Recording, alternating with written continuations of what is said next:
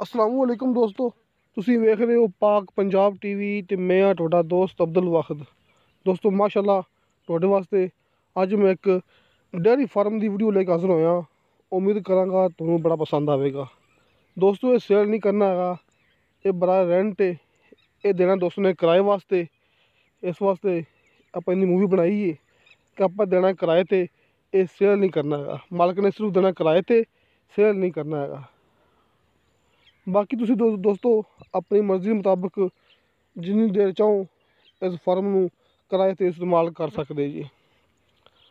दोस्तों एक दुआड़े ते ये फार्म है, एक बीघा आप उर्दू कहने एक बीघा ज़मीन उंदे च ये फार्म है कि इत्थे मौके ते हर सहूलत मौजूद है। खास तौर पर मस्जिद की सहूलत मौके ते मौजूद है। मैं भरावां नूं फिर दिखाया सी ते फिर दिखावांगा मैं कि इत्थे मस्जिद मौके ते मौजूद है, किसी किस्म का कोई मसला नहीं है।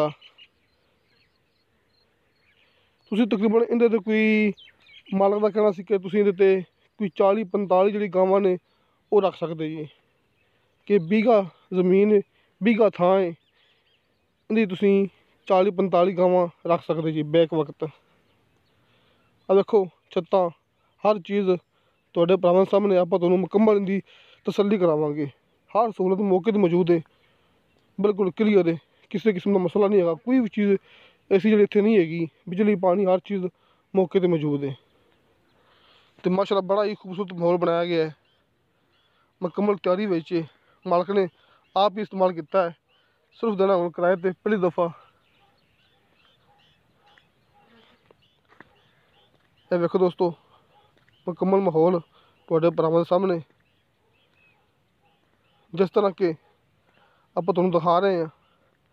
आ वेखो मस्जिद सामने मस्जिद आप नज़र आई है कि मस्जिद की सहूलत इतने मौके से मौजूद है। अपने इस फार्म के अंदर मालक ने खुद अपने वास्ते मस्जिद इतने नमाज़ पढ़ने वास्ते आस पास लोग भी नमाज़ पढ़ते हैं। इतने आंढ गुआंढ इतने बस्तियाँ हैं इतने नमाज़ पढ़ते हैं। ये मालक ने माशाल्लाह इतने मस्जिद तैयार की गई है। तो दोस्तों अपनी लोकेशन सुन लवो, तहसील आरफ वाला, ज़िला पाकपतन। मेरे अपने इलाके का फार्म है, इस वास्ते इतने कोई मसला नहीं है। अपने इलाके च गारंटी भी होंदी है। तहसील आरफ वाला, ज़िला पाकपतन। अं समझ लो कि दोवां शहरों के दरम्यान च फार्म है। पाकपतन रोड ते मेन रोड तो कोई 1.5 या 2 किलोमीटर पीछे हट के ये फार्म है।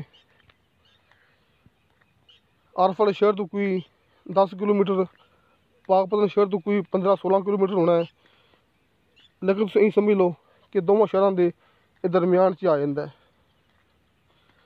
तो दोस्तों 35,000 रुपये का किराया है, थोड़ी बहुती विचों गुंजाइश हो जाएगी। यही मैंने मालक ने कहा सी कि आपां नूं सही बन जाएगा। लेकिन 35,000 उन्होंने कहा सी इनका लेना किराया महीने का। लेकिन आपां विचों कमी पेशी करा लांगे, किसी किस्म का कोई मसला नहीं है। दोस्तों अपना व्हाट्सअप नंबर लग्या होंदा है हर मूवी की डिस्क्रिप्शन दे विच 0304 3099 539। ये अपना नंबर हर मूवी की डिस्क्रिप्शन में लगे होंगे ने। किसी किस्म का कोई मसला नहीं गा तुहानूं मालक का भी, क्योंकि मालक इत्थे अपने इलाके का ही है। तुहानूं उनका नंबर भी इस मूवी की डिस्क्रिप्शन के मिल जाएगा।